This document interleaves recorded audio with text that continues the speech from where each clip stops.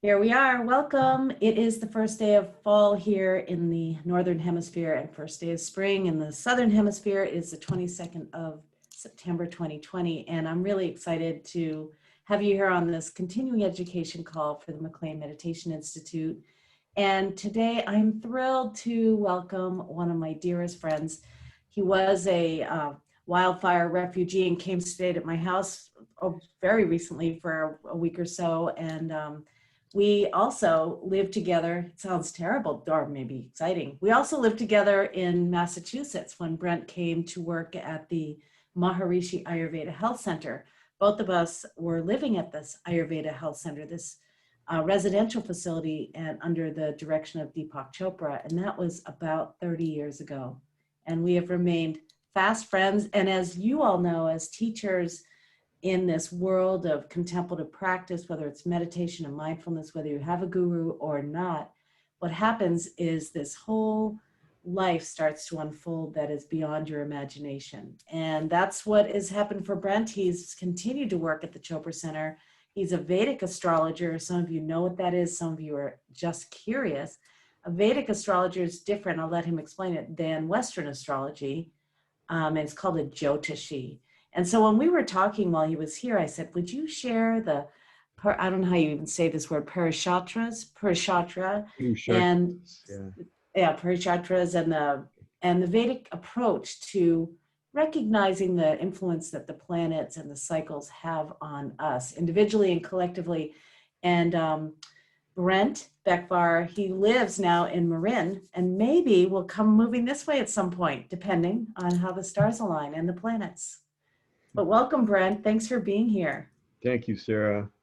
Thank you, Sarah, and greetings to all of the rest of you on the call. Thanks, Sarah, for having me. Sarah was my first friend when I came to work at the Maharishi Ayurveda Health Center 30 years ago. It's almost 30 years ago this month, maybe next month, 30 years ago, October, I think. And we've had a long and really rich journey together, and our lives have interwoven over all these many years. And I was very grateful to spend time with her and her husband Marty last week. We had such a good time the whole time. I didn't want to leave, but I needed to come back to all kinds of responsibilities that have been piling up back here in Marin. Unfortunately, the smoke has left, thankfully, and my lungs are feeling better about it. But anyway, I'm very grateful to have a chance to talk with you all. You know, I mean, Sarah is doing such great work. She's really been in her dharma for all these years. We were very fortunate to step onto this path around the same time, and to be fortunate enough to have had some very significant influences in terms of our teachers, certainly Deepak among them, and many other teachers that we've been to and continue to look to. But at one point, and we both had worked in the administration of the Chopra organization over these different iterations of the Chopra Center over many years. And at one point, actually, when we were still in Lancaster in Massachusetts, about almost 30 years ago, we were visited by a Vedic astrologer there. And I'm going to try to give you a little bit of an introduction to Vedic astrology as we go along, because it is unique and it is distinctly different from Western astrology, many of us are familiar with. But I had been interested in astrology almost my whole life. Even from the time I was a little kid, I was always curious to know when someone was born, because I felt like it gave me a sense about them. And when I discovered that there was something called astrology, I just latched onto it with enthusiasm and studied the Western system for about 20 years in real depth. But when I met this Vedic astrologer 30 years ago, and he did my chart, I have to say my mind was blown. I often say that the Western approach, and of course, I don't want to diminish Western astrology by saying that it is not accurate to the constellations. It doesn't make it wrong or irrelevant, but it's actually not accurate to the observable constellations. There's a difference between the tropical zodiac and what is called the sidereal zodiac, which we use in Vedic astrology, which is the actual observable positions. But anyway, I always wanted to, I always say I wanted to squeeze into this article of clothing that was my Western chart, and I wanted to wear it, but it just didn't quite fit.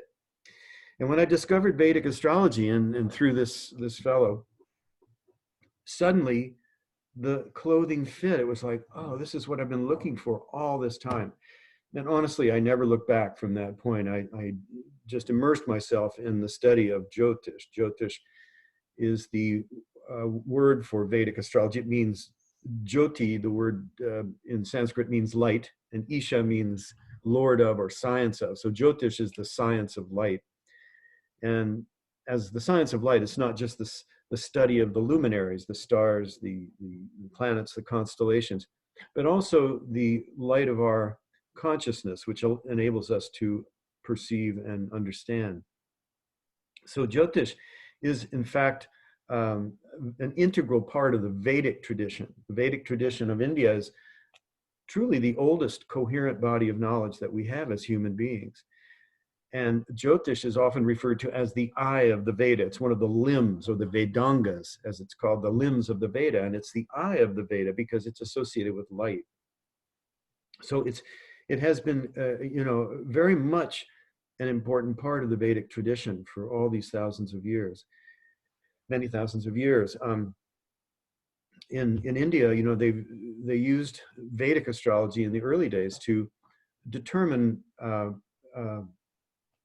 advantageous times for bringing the community together to bring about abundant harvest, for example, or times for celebration, or times for deep spiritual ritual that would help people to lift their awareness to the spiritual realm.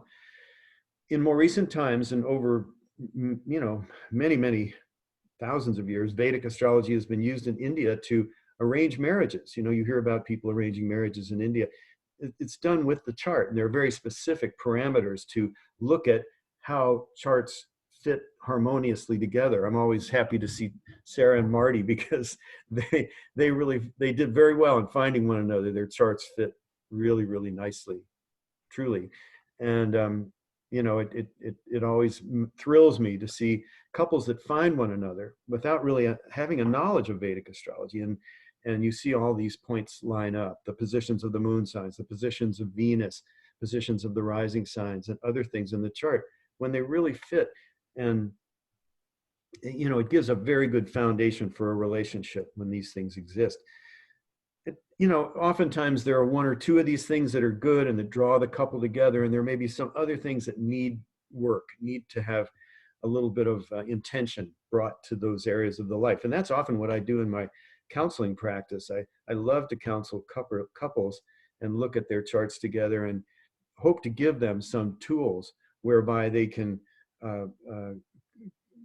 create a little bit more harmony in areas where there may not be ease. So that's another whole conversation.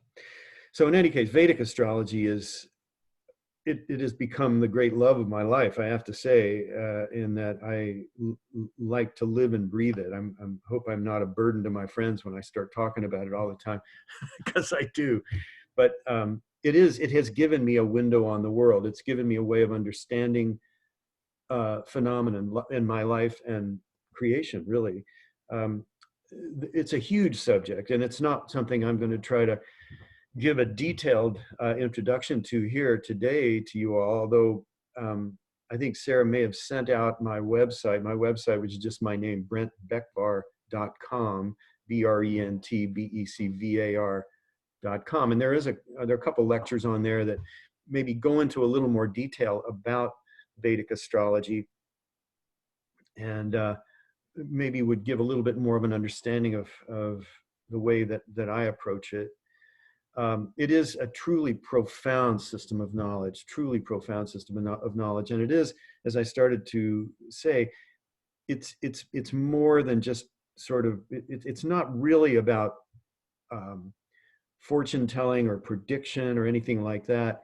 It's really about looking at the talents, gifts, and abilities that a person has. You know, what are the things we come into life with that are really, you know, in our positive toolkit, and uh, and how can we expand on those in order to mitigate some of the areas where we may have blinders on, some of the areas where we might actually um, have old habits, old mechanical programming that we came into this life with, that where we seem to repeat the same things, create the same problems over and over again, until we start to understand these old habits and start to integrate them a little bit more. So I often say Vedic astrology, I think of it as being a way that we can learn how to become more conscious, because we are more mechanical and very predictable when we're not conscious. And I'm sure all of you, I know all of you are conscious individuals, I can tell, and you're on a spiritual path, you're meditators, you know, you're doing wonderful things in your lives. And so you're very much you know, part of the awakening, the great awakening. And so, you know, the more that we wake up, the more that we become conscious, the less predictable, the less mechanical we are, and the more free will we have. So free will and fate, we could say, fate, which is sort of, you know, the kind of mechanical aspect of life, happens when we're not conscious. So Jyotish is actually a way of becoming more conscious so that we can have more free will. I don't want somebody to tell me my fate. And I would never do that to someone in a counseling situation, because, you know, it's very limiting. We feel, especially in a very vulnerable context where you're talking with somebody about, you know, deep and very personal karmic issues. So my goal is really not to tell people their fate. I don't want anybody to tell me my fate. I want to show them what I would want to do in my own life, which is to become more conscious and have more free will and more fun. As Sarah will always tell you, more fun. It's all about having more fun. I do want to have a lot of fun. And Brent, if you would, I know we talked about this and I know we just entered right into a conversation. Hello to all of you who are just joining us. Would you start us out with one of the chants that we talked about? Sure. Great. Sure. And then maybe I want to talk more about Jyotish, because it like Brent, was it who was it who came? Dr. Rao or Dr. Rahu? Which one was it? Well, we did know Mr. K.N. Rao. He became one of my teachers eventually. Yeah. From India. He's a very well-known Jyotishi. And I've studied also I studied for about 13 years with Hart Defoe, who's also a very fine teacher from Canada. He was one of I think the best teachers outside of India. But yeah, I've had many fortunate teachers in my life. Yeah. So I'm going to invite you to, if you would, I don't know if you want to share your screen or if you would I'm like try to. to figure out. I'm going to try to do this in a graceful way if I can. That's not going to happen, but okay. So. And I wanted to share too, you talked about that difference between fate and free will. And what I remember from those times 30 years ago was that there really, you have this fate, but then you can transform, transmute, or transcend this karma, and you know, I'd have to say make it easier on yourself. And truly, that's why meditation is so valuable. It's one of the great upayas or remedial measures for transformation of karma, for transmutation, transformation, and transcendence. Yeah. Karma, and as you're learning, as you all know from your studies and from your work with Sarah, you know, meditation is, I think of it as being the most important thing I give time to every day, next to breathing. You know, I mean, it gives me my life. I'm sure you would all agree it gives us our life in many ways. And it helps us to hit the reset button to restore ourselves to ourselves. Well, what we're looking at here is it's a picture of Ganesh. I'm sure many of you have seen this picture before, or some version of this. Ganesh is the elephant-headed god. There are many beautiful symbols that he's holding, and we could go into, but essentially, Ganesh, another name for Ganesh is Ganapati. Ganapati means the Lord of categories. And so we propitiate Ganesh at the beginnings of things, and especially in India, um, in order that we put everything in its proper order of reality. And this is especially true for somebody that's doing Jyotish. That's why Ganesh is considered to be the Ishta Devata, or the deity for Jyotishis, because there's so many details that we have to look at when we're considering a chart and trying to put things in their proper order of importance, and to be able to, to derive a coherent message. So we always propitiate Ganesh first, and also we'll talk about. I'll do a mantra to Saraswati. Saraswati, you see a picture of her right behind Sarah there too. Saraswati is the representative of the quality of consciousness, we could say, that is most associated with wisdom, with learning, with music. She's holding a veena, an instrument there. With writing, she's holding a tool for writing. So the understanding and awakening knowledge, we propitiate Saraswati. And also speech. She's the goddess associated with speech. And here is Surya, a representative of Surya. Surya is the sun. It's the sun, which shines boundlessly on everything all the time, boundlessly generous. But the sun is also the great illuminator, Surya. So we propitiate Surya to illumine our understanding and our studies. So if you'll just join me for a minute and just close your eyes and just bring your attention inside for just a minute.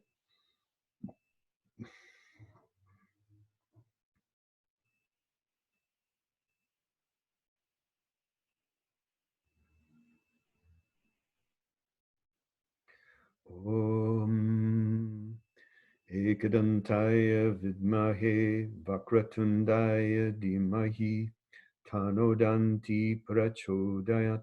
Om Gam Ganapataye Namaha Vagdevyai cha Vidmahe Kamapradaya Dhimahi Tano Devi Prachodayat.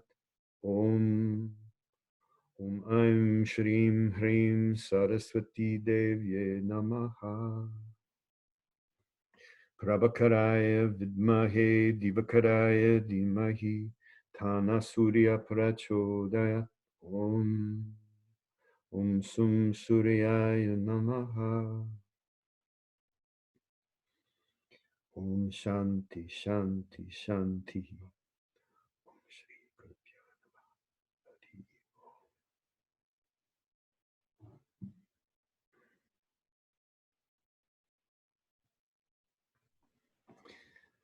Thank you. So let's begin to slowly open our eyes.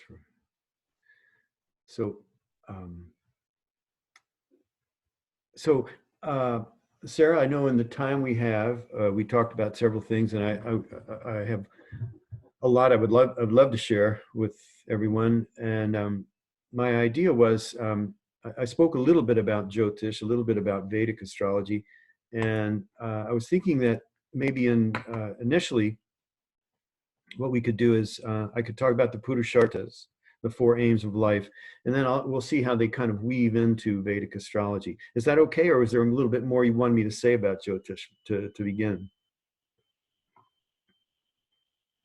Oh, I think you're muted. I wanted to share that Brent and I talked about this. For those of you, because I know some of you really are very interested in wanting to go deeper with Jyotish, and we've decided that in a month from now, we're going to do Jyotish Part 2, and it's October 22nd, and I think it's the same time. So I'll send you out an email about that. But yes, let's start with the basics and how these four aims of life and how Jyotish and the aims really connect and intertwine. That's great. This may be a new term for many of you. Purushartas. Purushartas refers to these four aims of life, which I'm going to just speak a little bit about. But, you know, one of the ways I often start when I talk about this subject is to ask people to consider just for a minute and ask yourself, uh, just take a moment of silence and ask yourself, um, why do I get out of bed in the morning? Why do I get out of bed in the morning? Now, there can be a lot of responses to this, certainly. Um, and these may be kind of mechanical, even automatic responses. You know, we think of all the reasons we get out of bed in the morning, but I'd like you just to think about the fact that something motivates you to get out of bed in the morning. And think about what some of those things are that motivate you to get out of bed.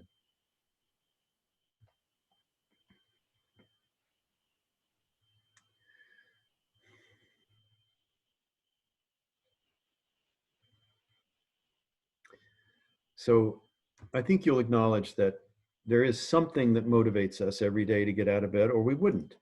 We would look a little bit like this fellow here, with all no disrespect meant to the slug kingdom, because even slugs are motivated by something. They just move very slow toward whatever their desire is. But you know, desire is primary in life. Every moment of our lives is in some way influenced by a desire. And this is, of course, something we can think about, contemplate a little bit. But here's a quote from the Brihat Upanishad that says, "You are what your deep driving desire is. As is your desire, so is your will.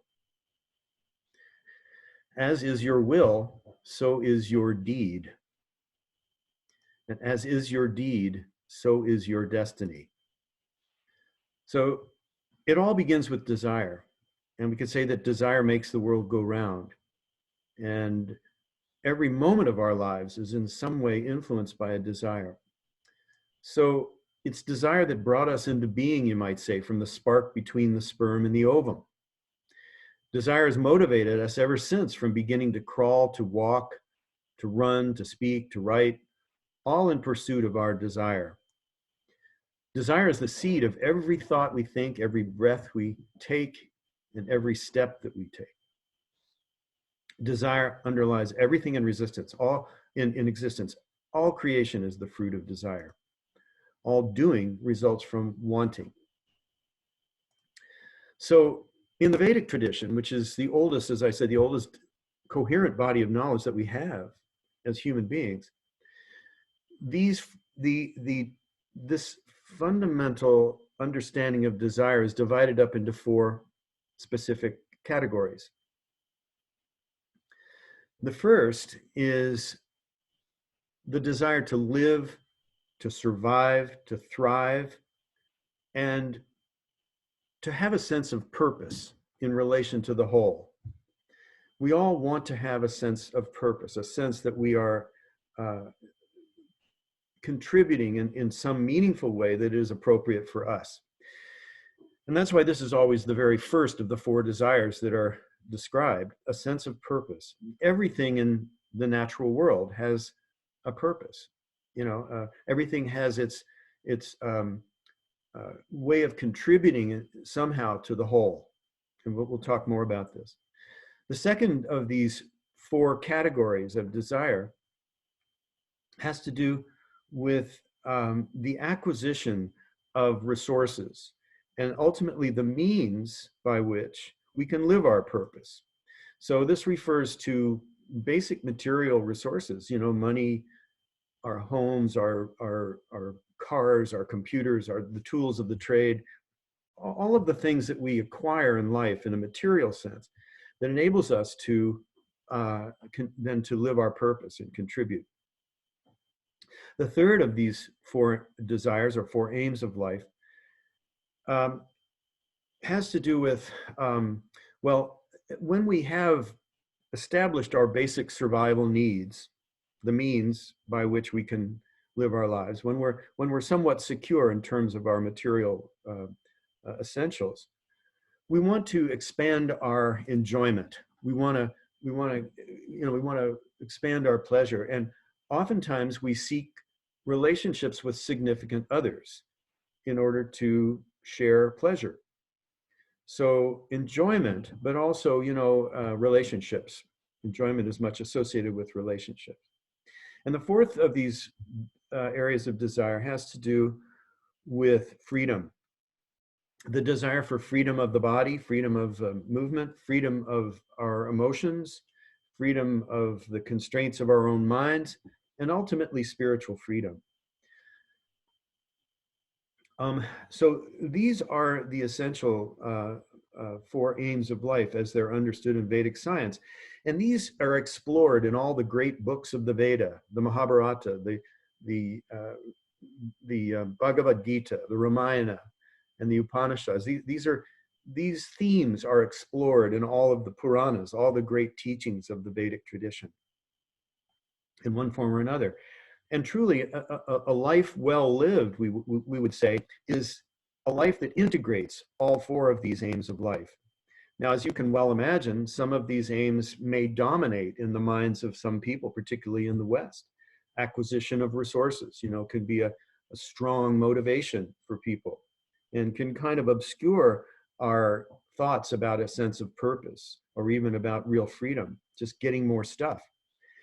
Or we may be motivated by more and more and more pleasure, the desire for more and more pleasure. And even in our entertainment industry, it's always about finding these relationships, and the drama that's, involved in relationship.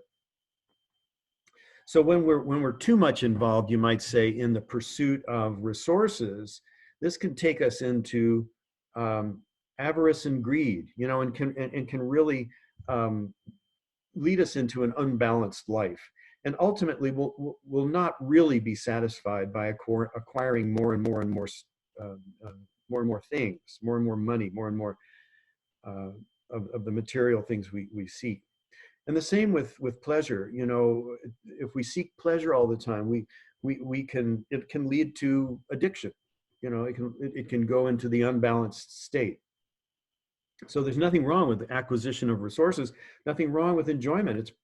It makes life worthwhile.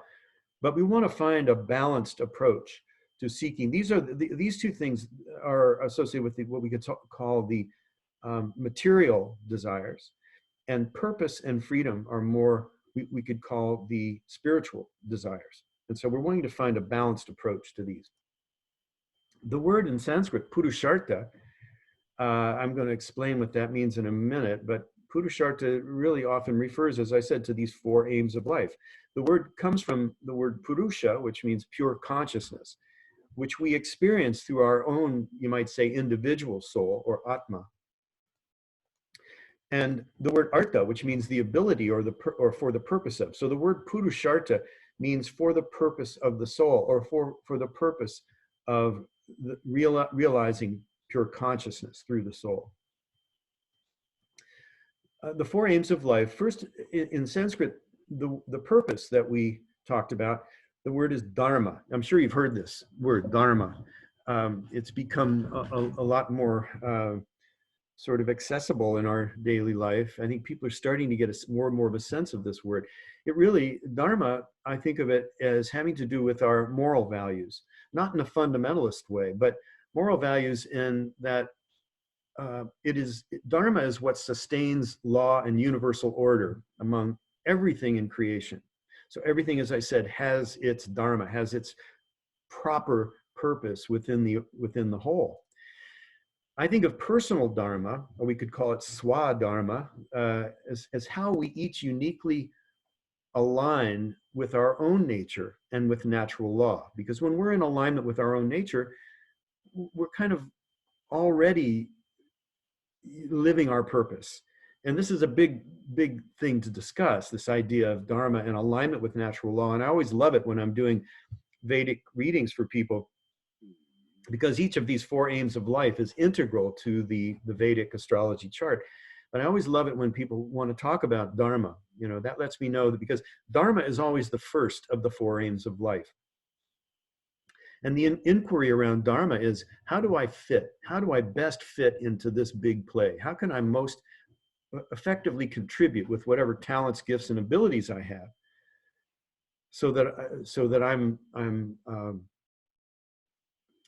uh, so that what I have to give is really appreciated and needed, and everybody wins, you know. So dharma is really so vitally important. I often say dharma is the first of these purushartas, these four aims of life, because if we find our true purpose in life, and by the way, there's not just one true purpose. I want to be clear about that. My understanding of dharma is it's not just one thing. It's a way of living. It's a state of mind. It's always having this approach to life of how can I help? How can I serve with whatever talents, gifts, and abilities I have? Because in knowing those talents, gifts, and abilities, and honoring those talents, gifts, and abilities, I just want to share them with others. And I know all of you on this call have had some sense of this. I know you have. We all know that there's something that we really love to do and we really love to share, whether we got paid for it or not. That's not the criterion. You know, it's mainly that this is what really lights us up. So that's why I always say Dharma is the first of the Purushartas, because if we're in alignment with Dharma, if we're in alignment with our own nature and with natural law, we're feeling fulfillment. We're feeling joy. All you have to do is look at Sarah. You know, Sarah is living her Dharma all the time, and she's so joyful, really. And I know all of you have had this experience in your own lives when you're really engaged in something that is authentic for you, for us. And other people appreciate it. Other people recognize it, you know. So it's always the first of the Purushartas, because then you're not so intent on getting more and more and more stuff. You acquire the means that are sufficient to enable you to play your role, to live your Dharma. You don't seek more and more and more pleasure because, or relationships, because you find you seek relationships with people that are going to support you in your purpose, people that are going to acknowledge your evolutionary path and support you along that. Excuse me. So Dharma is always the first. So if we're aligned with Dharma, these other things kind of fall into place in their own way. The second is Artha. Artha has to do with the means that we acquire in life, as I was saying. Artha is more of our economic values. You know, it has to do with prosperity and maintenance, the acquisition of money, of you know, all the things I mentioned, all the material things that we really need in order to live our purpose, all the resources we need. And the inquiry around Artha is, what are the means I need to support my life and purpose, truly? And I think, you know, if we're lit up and energized by a sense of purpose, you know, the resources just kind of fall into place. And they often say, you know, when you really do what you love, you know, the rest will come, you know, the money will come, the resources will come, the other things will come. I really believe that's true. I think I've seen it in my own life, I have to say. The third of the Purushartas is Kama, as in Kama Sutra, if you've heard of that. Kama means enjoyment, as I mentioned. It has more to do with our psychological values and relationships, desire. And the inquiry around in Kama is, what gives me pleasure and gives pleasure to others, or how can I, you know, sort of participate in giving pleasure to others? And finally, the fourth aim of life is moksha, or freedom. Moksha means liberation, or self-realization, or freedom. Moksha has to do with our spiritual values. In a way, moksha is the already, always so. It is that consciousness in which everything takes place. It is our own essential nature, even though we forget and we identify with this body or this personality that we make up, this song and dance we do, the various roles we play in life, the relationships we engage in. But all these things occur and arise in consciousness, which is fundamental. So moksha is really about acknowledging that in some consistent way. And that's why we have, you know, spiritual practices that we do and that Sarah talks about all the time in her courses. That's why we take a little time every day to just surrender to the one consciousness that is the source and essence of everything, ourselves and everything else. It's that in which is already, always so. We don't need to get it. We don't need to grasp onto it. It's already present every minute of our lives. So acknowledging that gives context in some ways to the rest of everything that we do. And we are likely to contract less and less into this limited identification with body, personality, roles, relationships.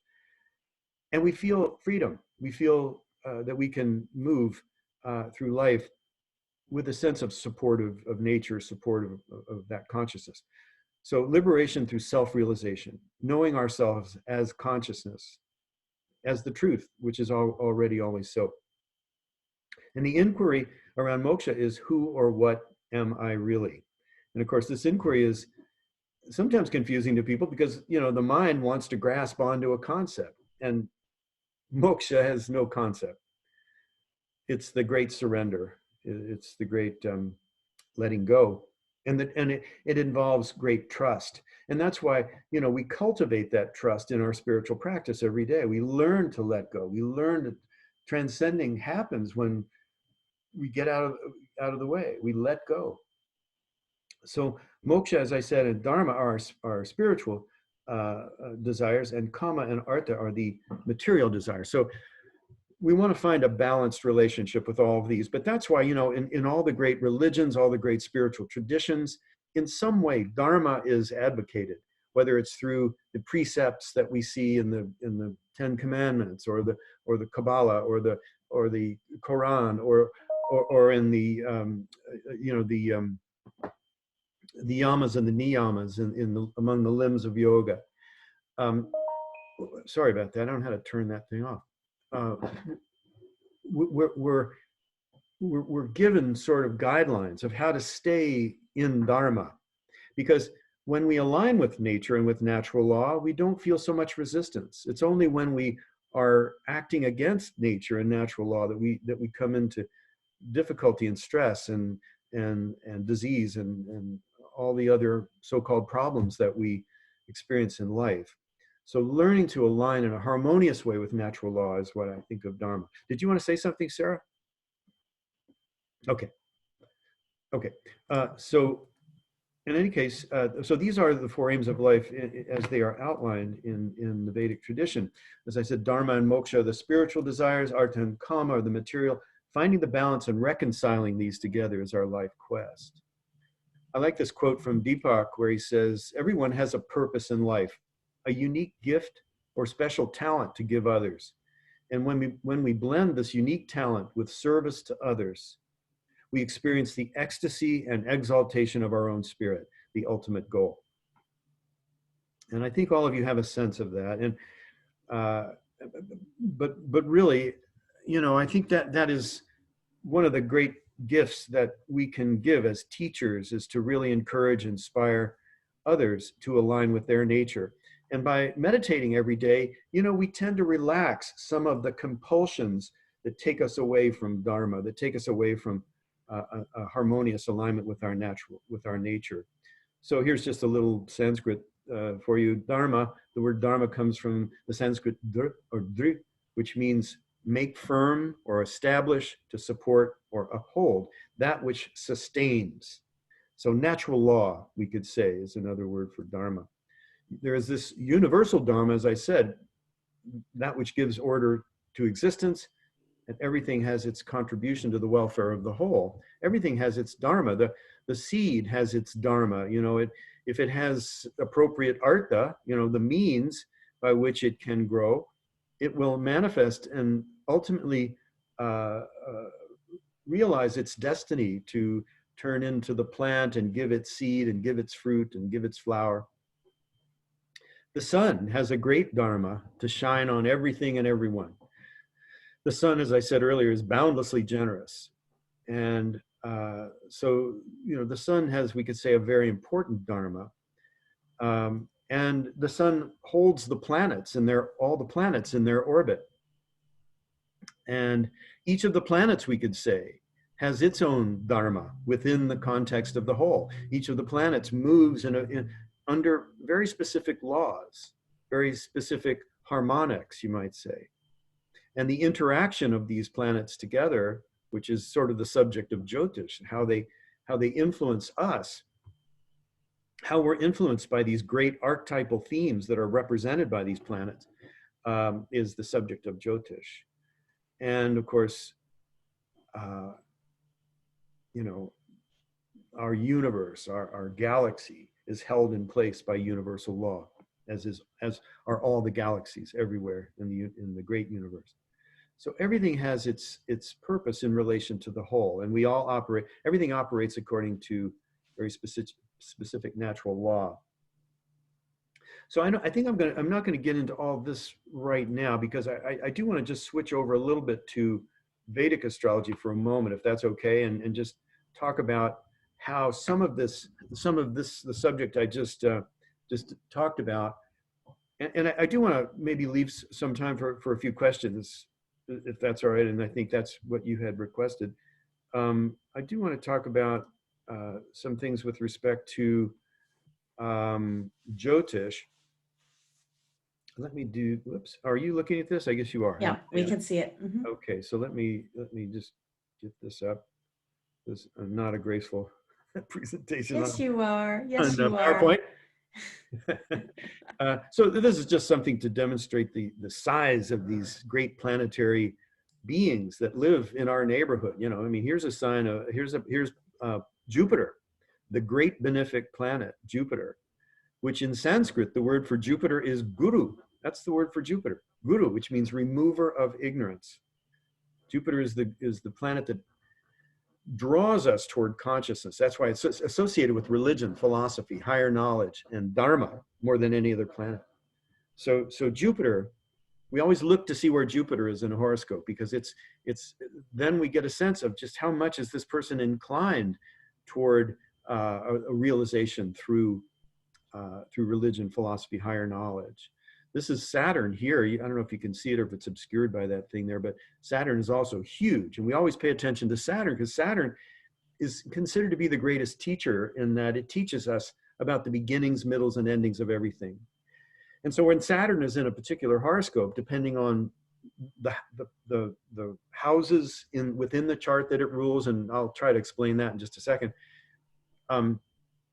you know, we can see and where Saturn is at any moment, you know, where it's transiting in the current, in our current lives. I mean, where it's transiting in the sky in relation to our own individual horoscope.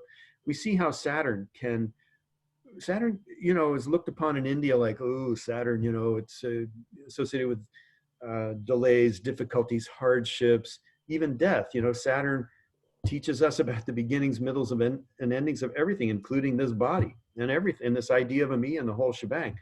So Saturn is like, you know, and yet Saturn helps us to gradually let go of our attachments, even our attachments to identifying with this body. And in that way, Saturn is the greatest teacher, because it brings us sometimes to our knees in surrender, in accepting the true reality, which is consciousness, which never changes. Everything in relative life, of course, does have a beginning, middle, and an ending. So let's see. This is something I'm not going to try to get into right now. It's called precession. It has to do with precession of the equinoxes.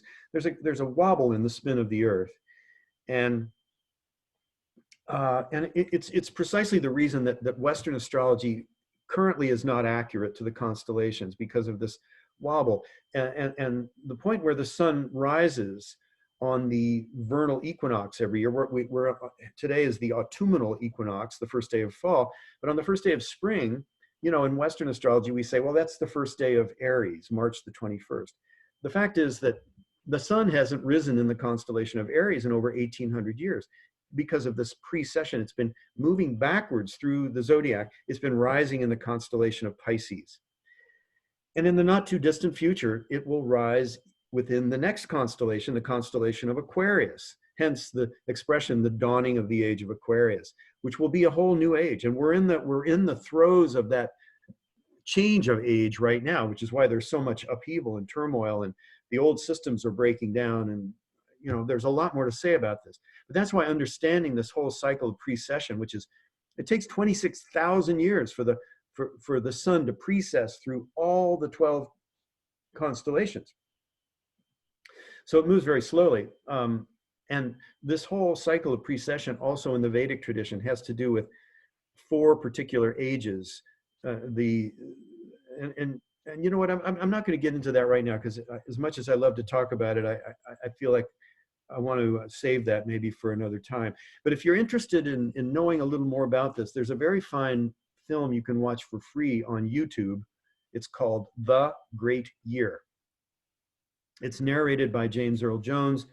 It is produced by this astrophysicist, Walter Crittenden, and it explains a lot about precession. It's not just scientific. It talks about these higher and lower ages of consciousness. Now, I'm just going to tell you, we're coming out of the darkest age called Kali Yuga. We're in the transition to the next ascending period, which is Dwapar Yuga, or the ascending Bronze Age. There's a lot more to say, but that film will give you a very good introduction to it, and I encourage you to watch it. It's really, it will give you a lot of, I think, a lot of perspective on the current times that we're in. This is more about that. I'm not going to go into this right now and that. Okay. Oops. What happened there? Okay. All right. So I did wanted to bring up there are the 4 aims of life. We looked at those. Okay. So these are examples of the 2 types of Vedic astrology chart. This is referred to as the South Indian style of horoscope. This is the North Indian style. They both give the same information.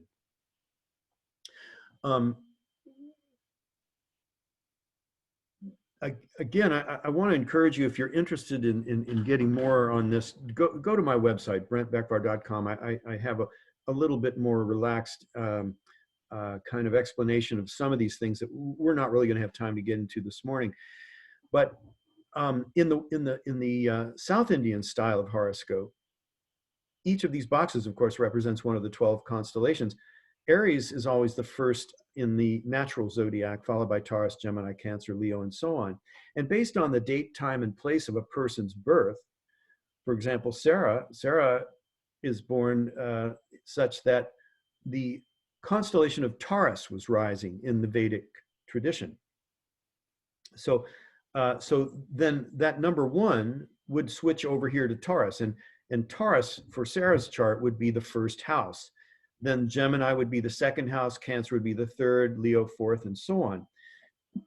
Now, when we calculate a chart, we would also see where each of the planets were placed in each of these constellations. I'm going to show you an example in a second.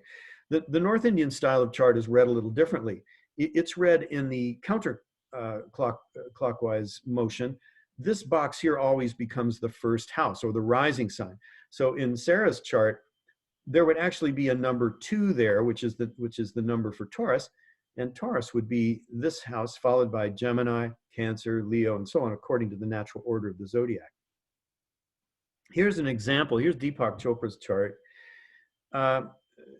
Because of the date, time, and place of his birth, the constellation of Aquarius was rising when he was born. And this is, of course, the South Indian style of horoscope.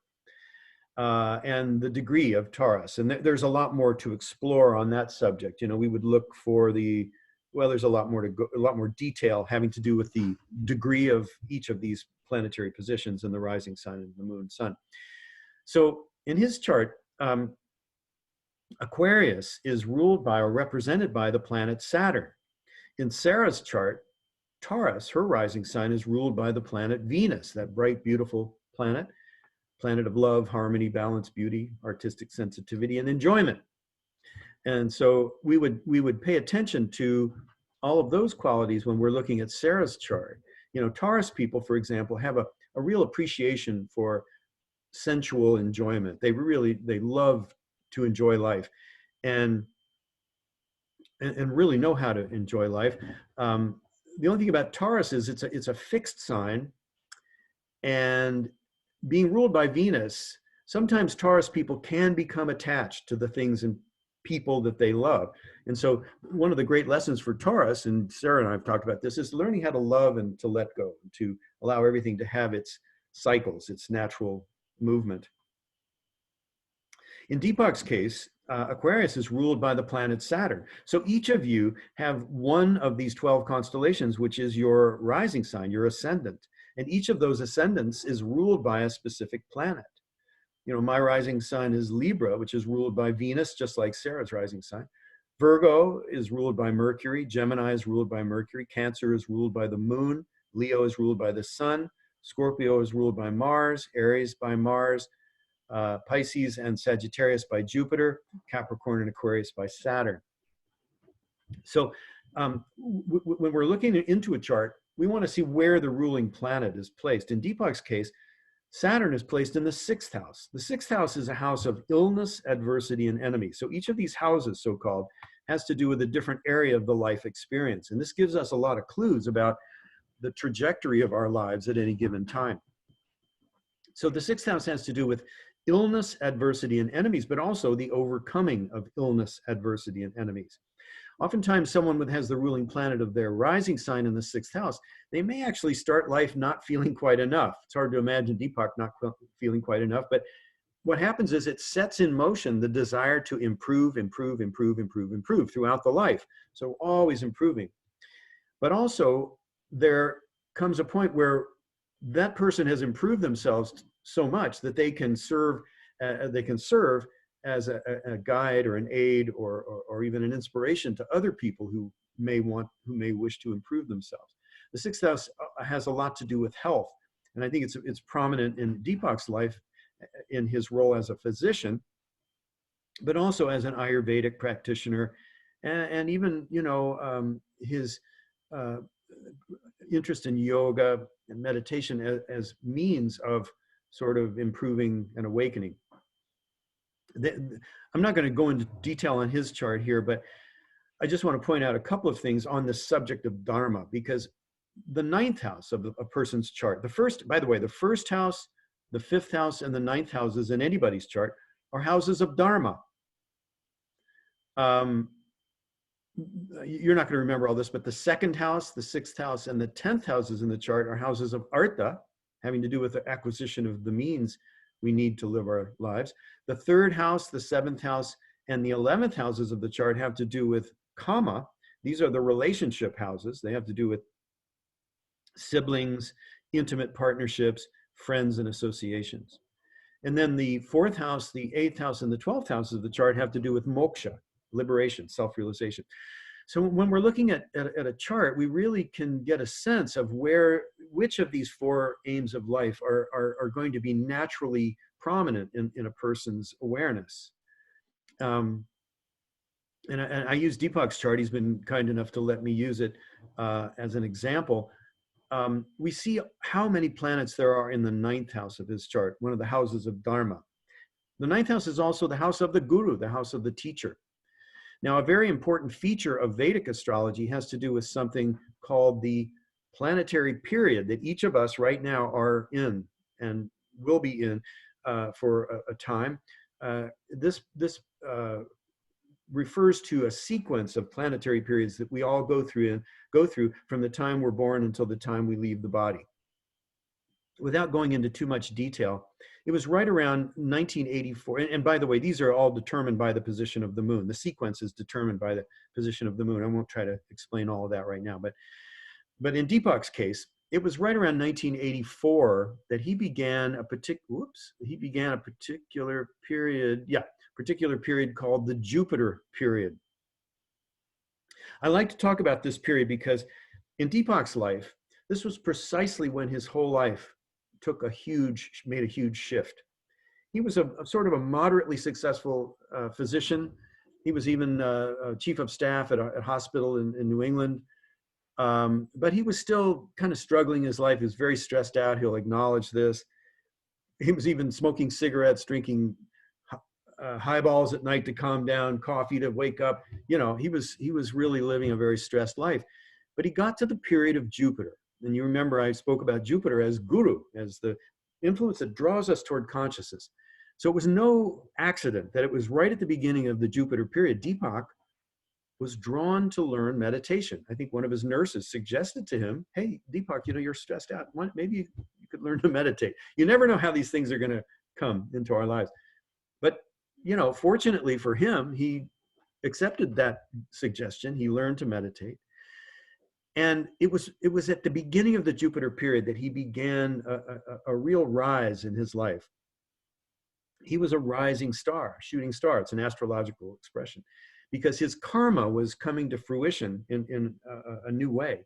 And it was right at the beginning of the Jupiter period, he met his guru, Maharishi Mahesh Yogi, who became, who helped to catalyze Deepak into his own transformation and awakening.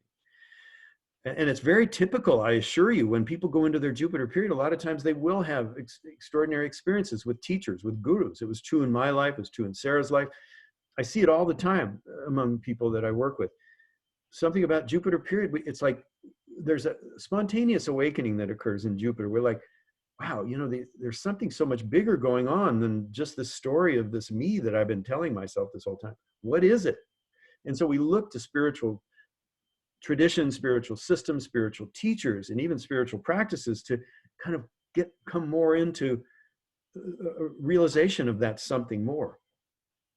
So it was really significant in Deepak's life. And of course, that's when he began to study Ayurveda. He began to teach and to write and to publish and to travel. All those things are associated with the ninth house. It's a house of long distance travel, house of publishing, house of the teacher. He became a teacher himself.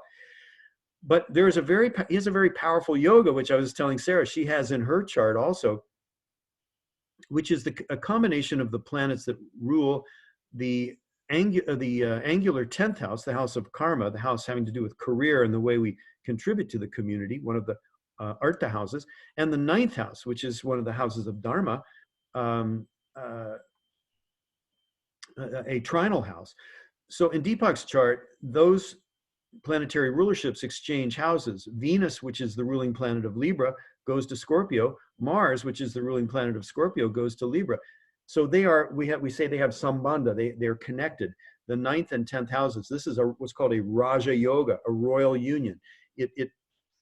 When these planets are activated through the major periods or sub-periods, that's when the karma comes to fruition. We start to have these experiences related to the planets, related to the houses that they're in, and so on. So it was just a powerful shift in Deepak's life at that time. And, his life really took off from there and, hasn't stopped since. It just so happens that just last year, or really, it looks like right at the end of 2018, he began a whole new major period, the major period of Mercury, which is also part of this configuration of these planetary yogas. And boy, has his life changed ever since he started Mercury. I don't know if any of you have seen him. Sarah and I were talking. He looks so much younger. He's doing yoga every day. He's doing intermittent fasting. His aim is to just, be youthful. Mercury is the planet of youth. It's also the planet of communications. And you can hardly go online without, Deepak's everywhere online these days. He's doing teachings and webinars, and he just did a whole introduction, a worldwide premiere of his new book this morning and online stuff. And this will not stop. Believe me, he will go like this for a long time. And I told him, we talked about his chart. It's one of the reasons that he didn't want to carry the weight of all the responsibility of the Chopra organization anymore, which he carried all during the Saturn period. And it was precisely at this time, 2018, that he sold the Chopra Center. New company owns it now. He's still a participant. He says, I'm an employee now, but he's a participant. So he's freed up of all the responsibilities of the center and all the obligations and so on. So, it's really exciting to see before you these kinds of things happen, and they do, and I see them every day when I'm doing charts of people. And I certainly, it's hard not to look at these things in one's own life, and I'm seeing all this right now. Sarah and I were talking about this earlier. So, we all go through ups and downs. We all go through periods of, kind of real, a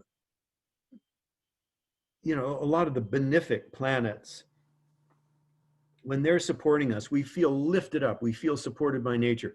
Sometimes when the difficult planets, Mars, Saturn, Rahu, and Ketu, when they're operating, sometimes we have to work our way through old mechanical stuff. We have to kind of liberate ourselves. We have to work, and precisely why we look to our spiritual practices, spiritual teachers, to give us the encouragement and inspiration to to learn what we need to learn when we go through the more difficult periods. So Brent, I think I'd like to leave a little time for a few questions. I love this conversation. And, for those of you who feel like you're in the middle of struggling, I remember I was going through a very difficult time. And, that's when we develop our credo. That's when we develop our kind of, if you have the wherewithal to hang in there, it gets better. It's none of these are ever permanent. They're just transitory. And I remember going through my last, Rahu period. I thought I wouldn't survive it. And then all of a sudden there's Jupiter. So it's constantly flowing in and out and expanding and contracting. And it's helpful to know what's going on in your own chart and what's going on as the planets transit, come and go. Like today, you were mentioning today, Brent, that the moon is a little debilitated. Moon's in Scorpio, yeah, debilitated. Yeah. And so what would that make people feel like today? Well, I was just saying, sometimes when the moon is in its debilitation sign, the moon has to do with the manas, or the intuitive mind. Some of you may know that term. I think of it as being the way we each uniquely, individually distinguish between what is nourishing that's coming in through the five senses and what is not nourishing. And we all have our own ways of doing that. So when the moon is debilitated, some of those deeper emotions are obscured. It's harder to get to them. There's sort of the sense of kind of blinders on about what's going on. So we feel things deeply, but we're not really sure why we're feeling these things. I mean, this is not necessarily true for everyone in the same way. It kind of depends on each person's horoscope. But I know I woke up today feeling like, I had to do a lot of processing this morning. Certainly, long meditation, and eventually sort of just began to rise out of it. Because actually, for technical reasons, the moon is debilitated. The debilitation does get canceled by the aspect of Mars. So that means we may struggle a bit, and then we come to some realization around it. Anyway, a little bit abstract perhaps, but yeah. No, I could feel it. Does anyone have a question for Brent? I know Heather was on the call, and she just put in the chat here that she just had a reading with you. So I don't know if you knew that was the relationship. Hi, Heather. You're still there? Yeah, she's here somewhere. There, she's waving in the dark. I'm here. Hello. Hi, Heather. Good to see you. Good to see you too. I'm glad you're here on this call. Yes, I'm excited. What questions? Does anyone have a question for Brent right now? More of a general question, but specific. He does do, he won't do your chart right now, but he does do charts and will help you figure out what's going on right now, especially, like you say, compatibility charts, et cetera. And how did I end up with somebody that was compatible? It was my Jupiter period. It was the guru period. Karma came to fruition. Did finally. Oh my goodness. Yeah. Anyone care to ask a question or share? Yes, Chase. Thank you. Just a brief question. Brent, you said that Ganapati was the lord of? Categories. Categories. Yeah. The idea is we pray, we propitiate Ganesh, Ganapati, to help us put everything in its proper order of reality, put things in their proper categories so that we can, make sense, have a coherent understanding. Otherwise, the world just seems like a jumble, but if that's why we request that coherence, Thank you. It's also the remover of obstacles. Remover of obstacles, true. Yeah. Oh, yeah. He and I have a good relationship about that. I might need to go talk to him a little bit more. Anyone else have a question, comment? I have a question. This is Jane. Hi, Jane. Good to see your name and hear your voice. Nice to see you too, always. We don't see you, Jane, but we see your name. My name. If you want to go up and put your camera on, we'll see you. You don't have to. Oh, we don't have to. Okay. No. Okay. Oh, hello. There you are. Hello. Hiding here. What is the? I'm sure there's many differences between Western astrology and Vedic. What is the most significant, would you say, or the top Thank you for asking that, Jane. I didn't really explain it very well. Well, the main difference is between what's called the tropical zodiac, which you may have heard of, which means movable. Tropical means movable, used in Western astrology. It's more of a solar-based or seasonal astrology. And the sidereal zodiac used in Vedic astrology, which is more of the actual fixed positions of the constellations, the observable constellations. So because of that whole phenomenon of precession of the equinox, as I mentioned, and because of the fact that the sun is precessing at the rate of 1 degree every 72 years backwards through the zodiac, the so-called sun signs in Western astrology don't really line up with the constellations, nor do any of the planetary positions. There's a difference of about 24 degrees between the Western tropical chart and the Vedic sidereal chart. So whatever any of your Western charts might be, and if you have a copy of that, all you have to do is subtract 24 degrees from those tropical positions, and you'll have your Vedic chart. The other big difference is in the Vedic chart, we don't think of you as a sun sign. That's more the tropical approach. And by the way, the tropical chart, many people get a benefit and inspiration and insight from it. And I'm not making it wrong. It just has to be read with that understanding that it's more of a seasonal, a solar-based chart. And everything's based on the sun in the tropical chart. So in the Vedic chart, we're actually more interested in the position of the moon. I talked about that a little bit. But also what's called the ascendant, which I was speaking about, the rising sign, the sidereal ascendant, as in Deepak's chart, as in Sarah's chart I was describing.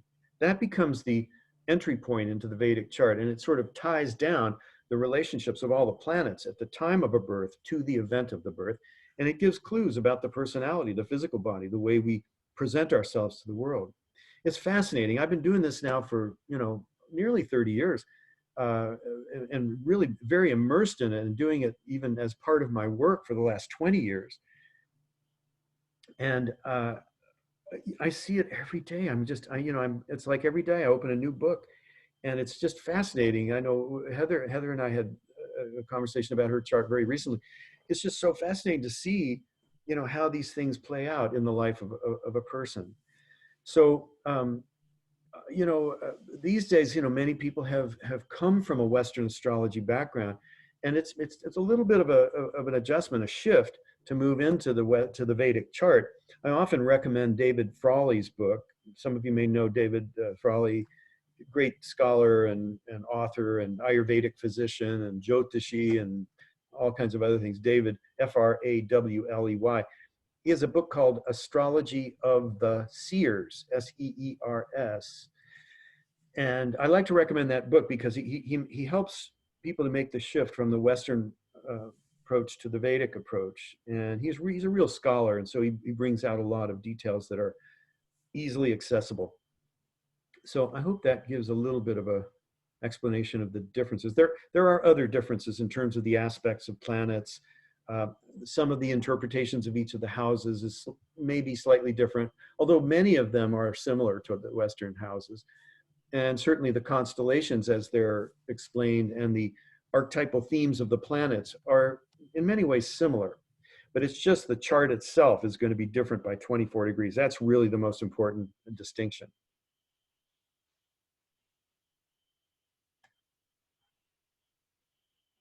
Anyone else have a question, comment? You guys have been oh, hi. There's Jill. Hi, Jill. You have to unmute your mic, Jill. I'm unmuting there. There you No, go. this is so fascinating. I can't even ask questions because it would be way too in-depth. This is so fascinating, and their energy, it just like, I am so excited. Thanks, Sarah, so much. You always bring in people that have this incredible energy and opportunity to let us learn more and let us want to continue to learn more. So you do this, like you did it for Heather, you do this distance, you're able to do it distance. You don't need to. No, I do it on Zoom, just like we're doing now. So it's a face-to-face in real time. I also share my screen like I did when I showed Deepak's chart. I can show you your chart. I can point out the reasons I'm saying what I'm saying, which gives a kind of visual reference. And I can also give you the ability to record this on your computer. That's another reason we like Zoom. It gives that. So you'll have a record of it. You can go back and kind of, review it as you like.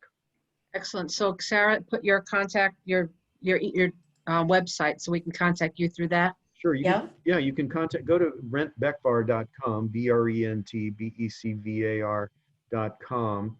And as I said, there are a couple of references there, and with my phone number and email address. So just feel free to contact me, and we'll there it is. I think Sarah put it on there. Yep, that's it. Excellent. Thank you so Thank you. much. Thanks This for has the been question. incredible. Thank you.